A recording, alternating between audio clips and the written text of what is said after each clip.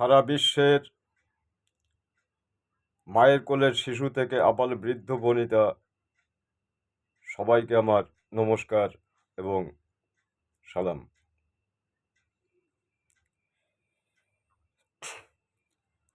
আমি গুন্ডার গুন্ডা one piece দুলাল, বাংলাদেশ। আমার রাজনীতির কোষ্ঠী আপনাদের একটু ভালো করে জানাই।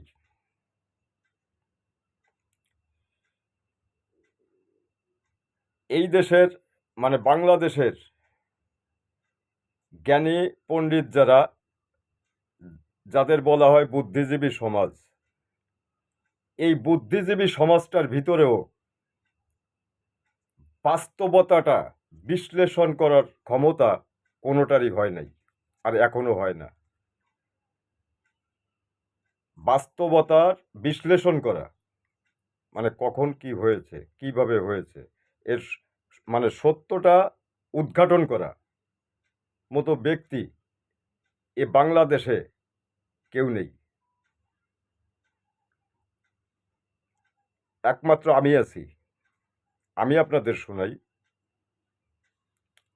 আমাদের জাতির জনক বঙ্গবন্ধু শেখ মুজিবুর রহমান যখন স্বাধীনতার যুদ্ধ করলেন ৭১ সালের ১৬ই ডিসেম্বর, এ বাঙালি জাতি এ সারা বিশ্বের ভিতরে একটি মানচিত্র, একটি পতাকা পেল।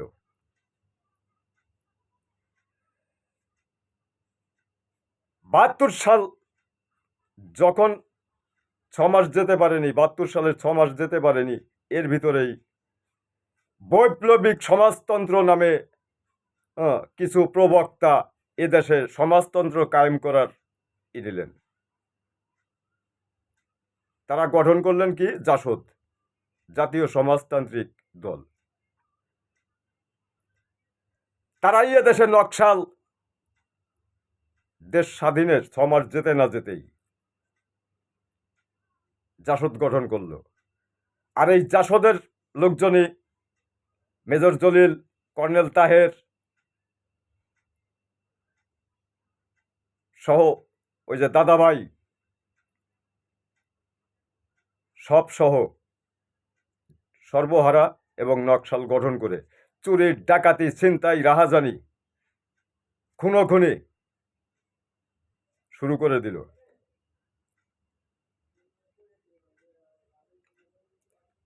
এটা কি কেউ বিশ্লেষণ করেছেন? দেশ স্বাধীনের পরে জাতির জনক বঙ্গবন্ধু শেখ মুজিবুর রহমান সারা বিশ্বের স্বীকৃতি আদায় করার জন্য সবার দ্বারস্থ হলেন, সবার দ্বারে দ্বারে যেতে হয়েছে। জাতিসংঘের সদস্যপদ, ওআইসির সদস্যপদ, কমনওয়েলথের সদস্যপদ, জোট নিরপেক্ষ আন্দোলনের সদস্যপদ, সব কিছুই আমরা তো বঙ্গবন্ধুর ৩.৫ বছরের ভিতরে আমরা পেয়েছি। বঙ্গবন্ধুই সর্বপ্রথম জাতিসংঘের সাধারণ অধিবেশনে বাংলায় ভাষণ দিয়েছিলেন। যে বাংলা ভাষার জন্য রক্ত দিয়েছিল সালাম, রফিক, বরকত, জব্বার সহ আরো কত মায়ের সন্তান,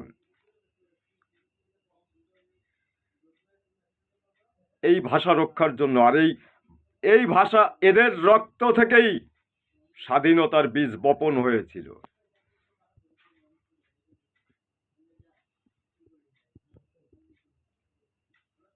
সে সমস্ত দোষ বঙ্গবন্ধু যখন দেশ গঠনের কাজে নিয়োজিত, তখনই শুরু হয়ে গেল তাকে উৎখাত করার ষড়যন্ত্র। অর্থাৎ ওই পাকিস্তানি প্রেতাত্মারা এখনো এদেশে যে আছে, ওদের আমি ভালো করে বুঝিয়ে দিতে চাই যে তোদের মনোবাসনা কোনোদিন পূর্ণ হবে না। এবার শুনুন, ৯৬ সালে ক্ষমতায় এসেই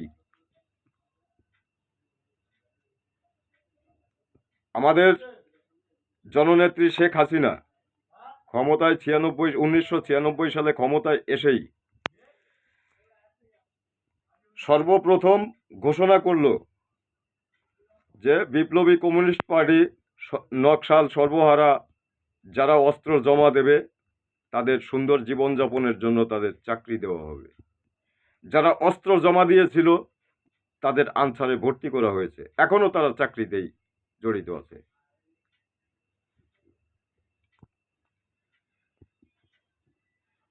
দু সালে 4 দলীয় জোট অর্থাৎ জামাত বিএনপি এক আত্মা হয়ে এদেশে ধ্বংসলীলা চালিয়েছে।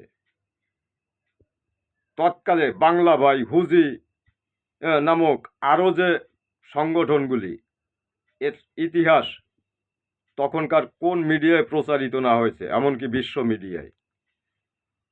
সেসব কি ভুলে গেছেন? সবাই ভুলে গেছেন?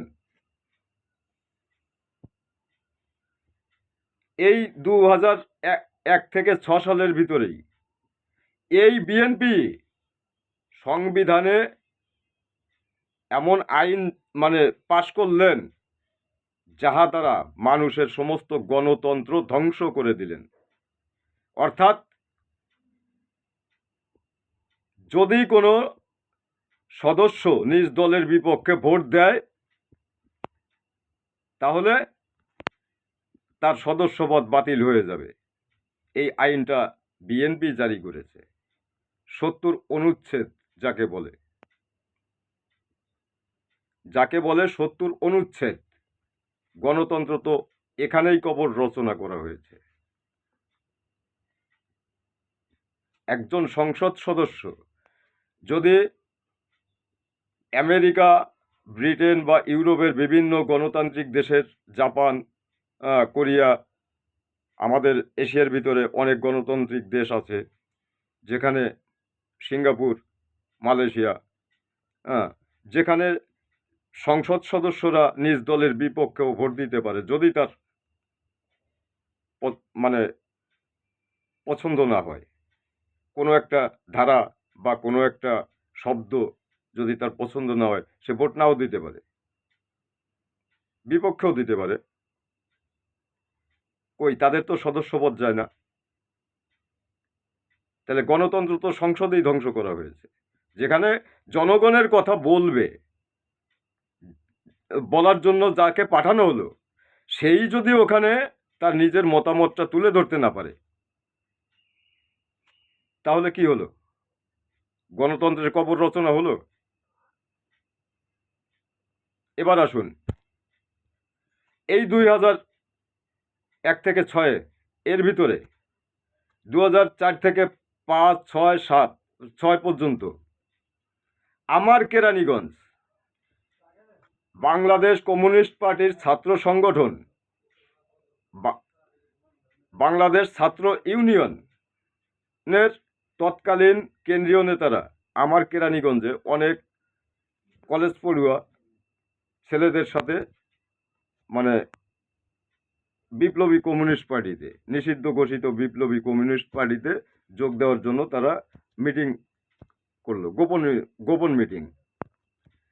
তৎকালীন কেন্দ্রীয় সভাপতি ছিলেন ছাত্র ইউনিয়নের দেবাশিস বাবু।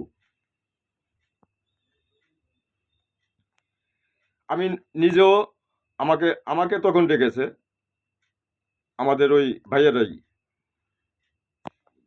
যে দুলাল ভাই আপনি থাকবেন। ঠিক আছে, থাকবো। তো আমি তাদের বুঝিয়েছি যে আচ্ছা, আপনাদের সমাজতন্ত্রের সংজ্ঞাটা কি? আপনারা যে এই যে বিপ্লবী সর্বহারা পার্টি গঠন করছেন, থানা লুট করবেন, থানা পুলিশ বাহিনী ধ্বংস করবেন, থানা লুট করে নিজেরা দখল করবেন, তারপরে কিভাবে চলবেন?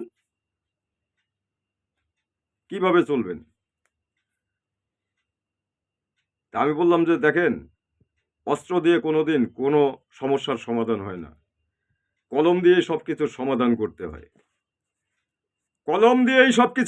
করতে হয়। তখন উনি বললেন, ওরা সব থেমে গেল, তারা এখন সুন্দর জীবনযাপন করছে। যদি আপনাদের বাংলাদেশ সেনাবাহিনী থেকে শুরু করে এই দেশের যত বড় রাজনীতিবিদ হোক, ওই ফখরুল হাসান বৈরাগী, হ্যাঁ, ওই বৈরাগীদের, ওই যে ডাক্তার শফিকুর রহমান জামাতে ইসলামের ওই যে পাঠার বাচ্চা, ওটা তো শুয়োরের বাচ্চা। হ্যাঁ, ওটা তো শুয়োরের বাচ্চা। আমার রাজনীতির কুষ্টি নিবি? তাহলে কেরানীগঞ্জ এখনো তারা জীবিত আছে।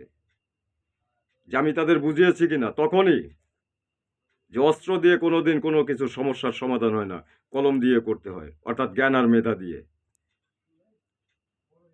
জয় বাংলা, জয় বঙ্গবন্ধু, জয়তু শেখ হাসিনা, জয় হোক আপামর সব বাঙালির এবং সারা বিশ্ববাসীর। সবাইকে আমার সালাম।